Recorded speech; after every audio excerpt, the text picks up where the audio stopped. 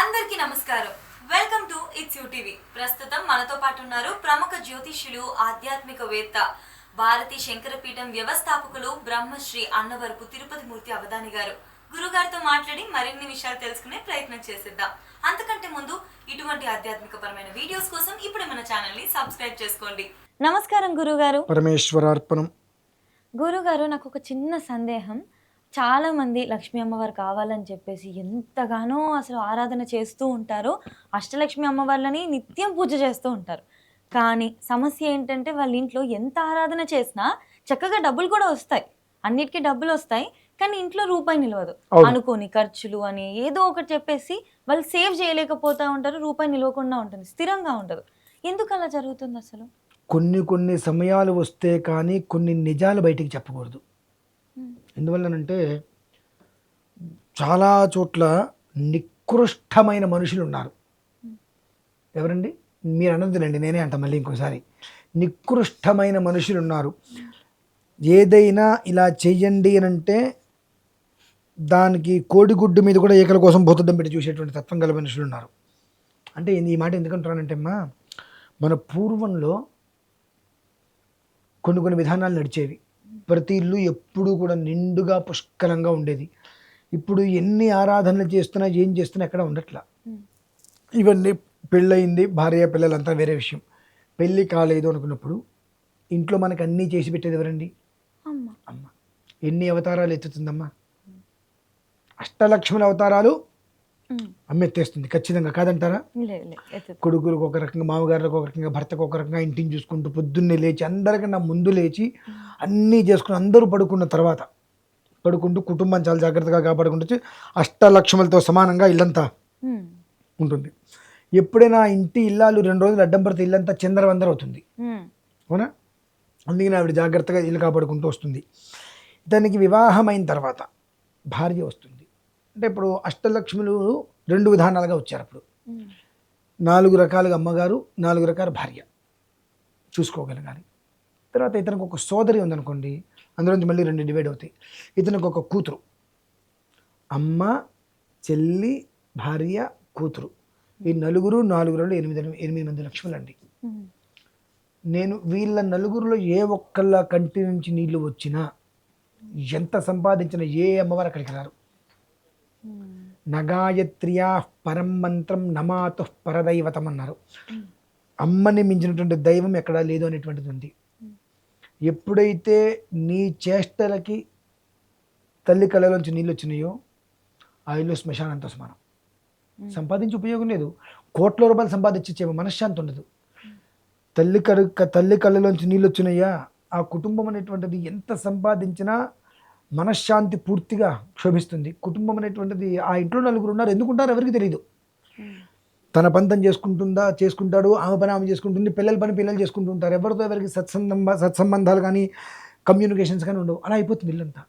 అలానే భార్య నుంచి కనుక భార్యని కన్నీళ్ళు తెప్పిస్తే అతనికి బ్రతుకున్న శవంతో సమానం. భార్యకి ఎప్పుడూ కూడా కన్నీళ్ళు తెప్పించకూడదు. అలానే సోదరి, ఆ తర్వాత కూతురు, వీళ్ళ 4కి కూడా కష్టము లేకుండా ఎప్పుడు వాళ్ళ ఒక పెదం మీద చిరునవ్వు వచ్చేటట్టుగా కనుక చూసుకోగలిగితే అష్టలక్ష్ములు ఒక్కడే ఉన్నట్టేగా. ఇక వేరే ఎందుకు మనం అర్చన చేయటం? చెయ్యాలి. ఎప్పుడు చేయాలి? వీళ్ళందరినీ చక్కగా మనం చూసుకుంటున్నప్పుడు మామూలుగా నమస్కారం అన్నా చాలు. 4 చక్కగా ఎంతో ప్రేమగా చూసుకుంటున్నాడు. ఆ ప్రేమగా వాళ్ళందరినీ చూసుకోవడంలో ఇతనికి నన్ను ఆరాధించడానికి టైం లేదు అని చెప్పి అమ్మవారు వచ్చి కూర్చుంటుంది. వీళ్ళని బాధ పెడుతూ అక్కడికి వెళ్ళి అష్టలక్ష్ములకి నేను బంగారు పుష్పాలతో అర్చన చేస్తాను, ఉపయోగం లేదమ్మా. ఇందులో కూడా 2 విధానాలు ఉన్నాయి. ఒకటి, కష్టపడి కుటుంబాన్ని పోషించేటువంటి స్థితి ఒకటి వచ్చినప్పుడు అతన్ని ఆ అమ్మాయి విలువ లేకుండా చూసినా ఇంట్లో లక్ష్మి ఉండదు. అలాగే ఇంటిని జాగ్రత్తగా కాపాడుకుంటూ కుటుంబాన్ని జాగ్రత్తగా రక్షించుకుంటూ వచ్చేటువంటి స్త్రీ ఇంట్లో ఉన్నప్పుడు ఆమె నా పిల్లవాడు కంటదడి పెట్టించిన లక్ష్మీ అమ్మవారి ఇంట్లో ఉండదు. ఇవన్నీ ప్రతి క్షణము కూడా మనం చూసుకోవాలి. ఎందువలన దేవుడు అనేటువంటి వాడు నాలో లేదా, మీలో లేరా? మనలో ఉన్నటువంటి దేవతని, మన ఎదురుకుండా ఉండేటువంటి మనుషులు ఉండే దేవుడిని మనం చూడలేకపోతున్నప్పుడు వేరే దేవుడిని ఎక్కడో మనం ఆరాధన చేస్తామంటే ఎలా వస్తుంది? ఈ 4 ప్రధానంగా మనం చూసుకోవాలి. ఏ పరిస్థితులలో కూడా ఇంటికి దీపం ఎవరమ్మా? ఆడది. ఇల్లాలు. ఉమ్. ఇంటికి దీపం ఇల్లాలు. ఇల్లాలు. బృహద్ దీపం తల్లి. ఓకే. పంచవర్ష ప్రణాళిక ఈ నలుగురు ఉమ్. అని ప్రత్యేకంగా చెప్పబడి ఉన్నది. కాబట్టి వీళ్ళ నలుగురిని ఏడిపించి నేను అక్కడికి వెళ్ళి ఏదో వ్యవహారం చేసేస్తానంటే అది పొరపాటున కూడా ఉమ్. పనులు కావమ్మా. ఉమ్. కాబట్టి ప్రధానంగా ఇంట్లో ఉమ్. తల్లిని గౌరవించు, భార్యకి మర్యాద ఇవ్వు, కూతుర్ని ప్రేమించు, సోదరుని ఏం చేయాలి గౌరవించి. అంతే. ఈ 4 నువ్వు జాగ్రత్తగా చేసుకోగలిగితే ఆ అష్టలక్ష్మిలో ఎప్పుడు నీ ఇంట్లో ఉండే నీకు ధారపోస్తారన్నమాట డబ్బు. ఎందుకంటే ఆ నలుగురిని నువ్వు చక్కగా నువ్వు చూసుకునే విధానాన్ని అనుసరించి నీకు కష్టం ఎందుకు ఉంటుంది? ఇంకా ఉమ్. వాళ్ళ నలుగురు నా కొడుకు బంగారం, నా భర్త బంగారం, నా అన్న బంగారం, లేదంటే నా తమ్ముడు బంగారం, మా నాన్న నా హీరో అని నలుగురు అనుకున్నప్పుడు అతనికి అంతకు మించి పుణ్యం ఇంకేమైనా ఉంటుందా?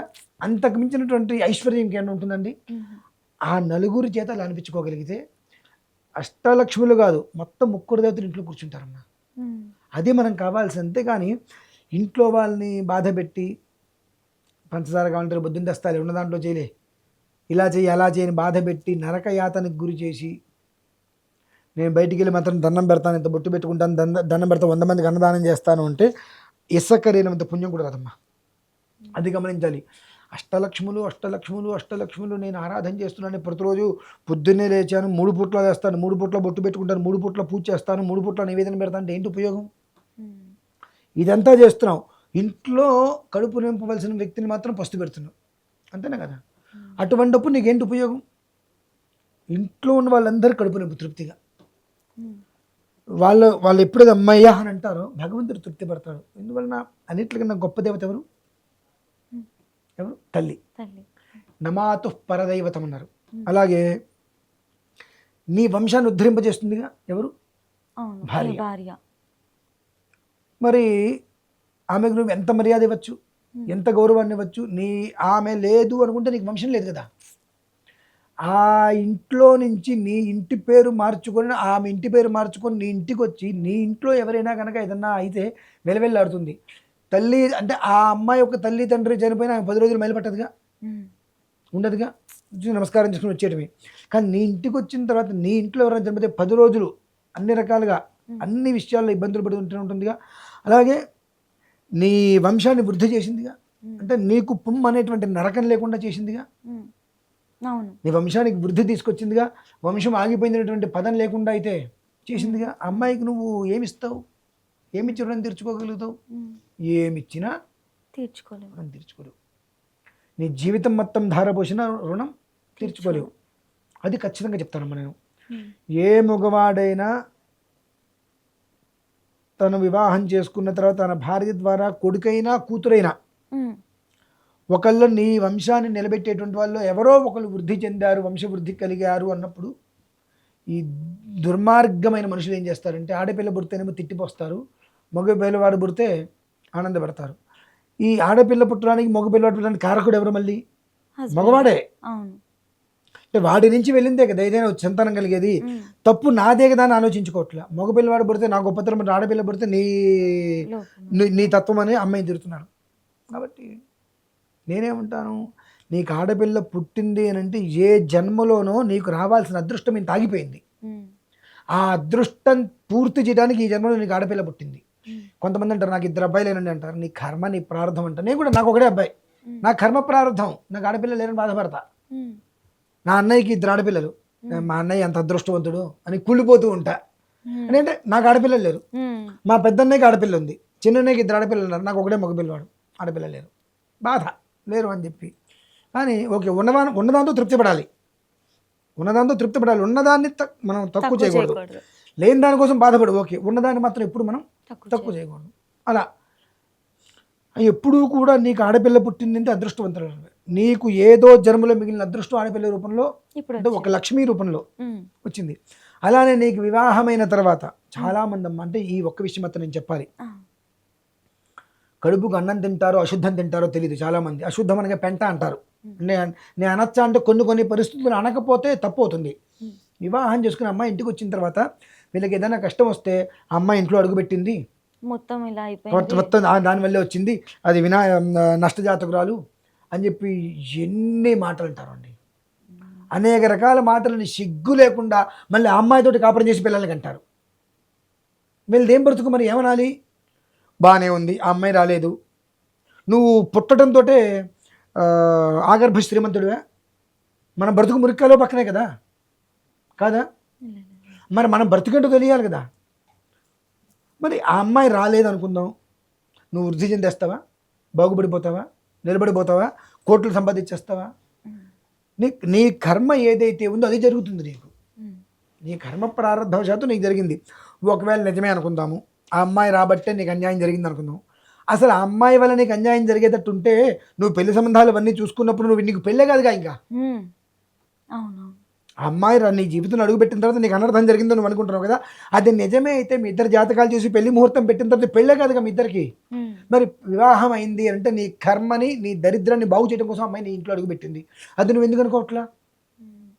వాస్తవం అండి. అంటే ఏం జరిగినా తప్పాడదాన్ని అంటారు. అంటే వీడు చాలా ఉత్తముడు, చాలా మంచివాడు, గొప్పవాడు, పుట్టిన దగ్గర నుంచి గోల్డెన్ స్పూన్లో పుట్టాడు, మట్టి తగలకుండా అమూల్ బేబీ అలా పెరిగాడని వాడి ఫీలింగు. తప్పు కదండి. ఆ అత్తగారు కూడా అదే మాట్లాడుతుంది. అత్తగారు కూడా ఒకళ్ళ ఇంటి కోడలుగా వచ్చిందేగా. సో ఇటువంటి విషయాల్ని మనం ఎప్పుడైతే కనుక నెగ్లెక్ట్ చేసేసుకొని తిట్టేసేసి ఆ అమ్మాయిని మానసికంగా మనం బాధ పెడతాము, ఆ క్షణం నువ్వు ఎన్ని పూజలు చేసినా ఇంట్లో రూపాయి నిలవదు, అశాంతి ఉంటుంది. అలానే కొన్ని చోట్ల నిజంగా కూడా వివాహం చేసుకొని ఇంటికి వచ్చిన తర్వాత ఆ పిల్లవాడు ఎంత ప్రేమను చూపిస్తున్నా అంతకంత దుర్మార్గంగా ఉండే ఆడపిల్లలు కూడా ఉన్నారు, లేరు అని నేను చెప్పట్లా. ఇదమిద్దం. అలా ఉన్న చోట లక్ష్మి ఉండదు, ఇలా ఉన్న చోట లక్ష్మి ఉండదు. ఏ విషయం ఉన్నప్పటికీ కూడా ఒక నవ్వు, ఒక మాట మీరు అన్నారనుకోండి, ఏదో ఒక వస్తువు కనిపించలా, తిట్టేశారు, తర్వాత ఒక అరగంట కనిపించింది, ఆ తిట్లు వెనక్కి తీసుకోగలరా? అంత మానసిక క్షోభకు గురి చేసి తిట్టేసి వెళ్ళారు కదా, దొరికింది అనుకోకుండా సారీ ఏమనుకోవద్దు, ఏదో టెన్షన్లో తిట్టేశానని మీరు అనగలరా వచ్చి? మళ్ళీ ఆ మాట వెనక్కి రావుగా. కనిపించలేదు, ఓకే, పోయింది. అది కనిపించినంత మాత్రం నీ కర్మ కలిపోయిందా? ఆ ఒక్క క్షణం మనల్ని మనం కంట్రోల్ చేసుకొని మనం చేసిన తప్పు కావచ్చు, ఇంకోటి కావచ్చు, ఆ అమ్మాయికి నచ్చ చెప్పే ప్రయత్నం చేయాలి. అమ్మాయి వాళ్ళు ఉంటే ఎంతో గారాభంగా పెరిగి రావచ్చు, లేదు చాలా కష్టంతో పెరిగి రావచ్చు. నీ ఇంటికి వచ్చిన తర్వాత నా అత్తగారింటికి వెళ్ళి నేను సుఖంగా 4 మెతుకులు తిని సంతోషంగా ఉంటానే ఫీలింగ్తో రావచ్చు. పుట్టింట్లో నిజంగానే తింటానికి కూడా లేకపోవచ్చేమో, చాలా కష్టాలు అనుభవించవచ్చు. వివాహం చేసుకున్న తర్వాత నా భర్త నాకు చక్కగా ప్రేమను చూపిస్తాడు, ప్రేమను పంచుతాడు, కడుపు నిండా తిని హాయిగా నా భర్తతో నేను సంతోషంగా ఉండొచ్చు నా అత్తగారింట్లో అనేటువంటి ఆలోచనతో రావచ్చు. కాస్త చనువు తీసుకోవచ్చు. నువ్వు ఎలా చెప్పుకోవాలి, మన ఇల్లు ఇది, మన విధానం ఇది అని చెప్పుకొని ప్రధానంగా అత్తకి కోడలికి సఖ్యత ఉండేలా చేసుకోవాలి. ఒకరి మీద ఒకరు చాడీలు చెప్పుకోకుండా, అమ్మ మా అమ్మ కూడా ఇలా నీలాగా ఒకళ్ళ ఇంటి నుంచి వచ్చిందే, నువ్వు కూడా అలానే వచ్చావు, మీ అమ్మలాగా ఇక్కడ అమ్మలాగా చూసుకో అని చెప్పేటువంటి విధానంలో జాగ్రత్త చేసినప్పుడు లక్ష్మీ అమ్మవారి పైనుంచి చూసి మీరు మామూలుగా గమనించండి, కొంతమంది మొహంలో వాళ్ళు నల్లగా ఉన్నా ఎర్రగా ఉన్నా ఎలా ఉన్నా మొహంలో ఒక కళ ఉంటుంది. ప్రత్యేకంగా మనం ఏంటంటే మేకప్ కానీ ఏం చేసుకోవాల్సిన అవసరం లేదు, ఒక రకమైన కళ ఉంటుంది. ఎవరి మొహం మీద ఉంటుంది తెలుసండి కళ? ఏదైనప్పటికీ కూడా ఓకే అంతే కదా, సరి తీసుకో, 1,00,000 వచ్చిందా, పక్కన పడే 1,00,000 పోయిందా, పోతే పోన్లే, ఆ 1,00,000తో జీవితం అయిపోదు కదా. అదేదో పోయింది అని చెప్పి మనం టార్చర్ పడి టెన్షన్ పడి రకరకాల ఇబ్బందులు పట్టం కన్నా పోయిందా లైట్ తీసుకో అని ప్రతిదాన్ని కూడా ఓకే అని ఆవేశపడకుండా, కోపం పడకుండా, సహనంతో, ఓర్పుతో ఉంటాడో వాడు పరమేశ్వరుడు అండి. వాళ్ళ ముఖంలో అమ్మాయి కావచ్చు, అబ్బాయి కావచ్చు, ఒక తెలియనటువంటి ఒక వెలుతురులాగా మీరు ఎండలో కూడా కూర్చోబెట్టండి, స్వెట్ కూడా అంటే మొహం చెమట కూడా పట్టదు అటువంటి మనుషులకి, అంత ప్రశాంతంగా ఉంటారు. ఏంటంటే మనస్సు ఎంత ప్రశాంతంగా ఉంటారో ఆ ప్రశాంతత మొహం మీద కనిపిస్తుంటుంది. అటువంటి ఇంట్లో లక్ష్మీదేవి ఎప్పుడు స్థిరంగా ఉంటుంది. మొగుడు తిడుతున్నాడు, ఆ అమ్మాయి నా భర్తగా తిట్టేది అన్నట్టుగా వదిలేసి ప్రశాంతంగా ఉంది అనుకో, ఆ ఇంట్లో లక్ష్మీదేవి ఉంటుంది. ఆ అమ్మాయి తిడుతుంది ఇష్టం వచ్చినట్టుగా, ఎవరు తిడుతుంది? ఆ అమ్మాయి మాత్రం నన్నేగా తిట్టేది, ఇంకా ఎవరున్నారు? ఆమెకి వాళ్ళ అమ్మని వాళ్ళ అన్నయ్యని తిట్టలేదు, ఆ రకంగా అన్నయ్యని తిడితే వదిలొస్తుంది, ఎందుకు తిరుగుతున్నావు వదినా నువ్వు ఏం పని అని చెప్పి ఉమ్, అమ్మ నాన్నని తిట్టలేదు. అంతా ఆ అమ్మాయికి ఉన్నటువంటి చనువు ఎవరు? ఉమ్, ఆ పిల్లవాడు. ప్రేమ వస్తే నా మీదగా చూపిస్తుంది, ఉమ్, సో కోపం వస్తే ఎవరి మీద చూపిస్తుంది? నా మీదే కదా అని కనుక అతను కూడా తీసుకోగలిగితే ఎంత తిట్టినా అమ్మవారు ఆ ముఖం మీద చిరునవ్వు ఎప్పుడు తెప్పిస్తూ, అరే నువ్వు ఎంత కష్టపడ్డా నీకు విలువ లేకుండా ఇష్టం వచ్చినట్టు మాట్లాడుతున్న అమ్మాయి, నువ్వు అలానే ఉన్నంతకాలం నీ వెనకాల నేను ఉంటా, నీ కుటుంబానికి వృద్ధే చూపిస్తా అని అంటుంది. ఒకళ్ళు నువ్వెంత అని మొదలు పెడతారు చూసారండి, అది మాత్రం నష్టం. అది గమనంటే అష్టలక్ష్మిల పూజ అంటే వీళ్ళ నలుగురే లక్ష్మీదేవత సమానం. ఈ నలుగురిని నువ్వు కాపాడుకోగలిగావా? ఆ నలుగురు కళ్ళంబడి నీళ్ళు రాకుండా చూడగలిగావా? నీ అంత ఉత్తముడు అదృష్ట పురుషుడు భూమి మీద ఉండడు. గురుగారు, నేను ఈ క్వశ్చన్ అడిగేటప్పుడు, మిమ్మల్ని ఈ ప్రశ్న అడిగేటప్పుడు ఏదో పూజ చేయమంటారు, ఏదో నియమాలు ఉంటాయి, ఏదో హోమమో ఇలాంటివి చెప్తానని అనుకున్నాను. కానీ ఇన్ జనరల్గా అసలు ఎంత చాలా చక్కగా వివరించారంటే, ఓన్లీ స్త్రీ పక్షపాతంగా లేదు ఇక్కడ. ఎవరైతే ఒక అంతే. ఫ్యామిలీలో ఉన్నప్పుడు కుటుంబ సభ్యులు ఒకరినొకరు గౌరవించుకుంటారో, అంతే. ఒకరికి మర్యాద ఇస్తారో, వాళ్ళ ఫీలింగ్స్ హర్ట్ అవ్వకుండా చూసుకుంటారో, ఆనందంగా ఉన్న చోట, మర్యాద ఉన్న చోట ఆటోమేటిక్గా అమ్మవారు ఉంటారు. ఖచ్చితమైన మాట అమ్మా. అసలు ఎక్స్ట్రాడినరీ గురువు గారు. అసలు నేను ఎక్స్పెక్ట్ చేయలేదు ఇట్లాంటి ఆన్సర్. కానీ ఇంత ఎందుకంటే చక్కగా మనం వివరించినందుకు. హోమాలు చాలా అనేక హోమాలు నేను చెప్పా, హ్మ్, హ్మ్. కానీ ఇది బేసిక్ కదా గురువు ఇది గారు. ఇది ఉన్నప్పుడు నువ్వు అవి చెయ్యక్కర్లేదు. మనకు ఇప్పుడు ఎందుకు చెప్పారంటే హోమాల కోసం చాలా మంది వచ్చారు, హోమాలు చేయించుకున్నారు, వెళ్ళారు.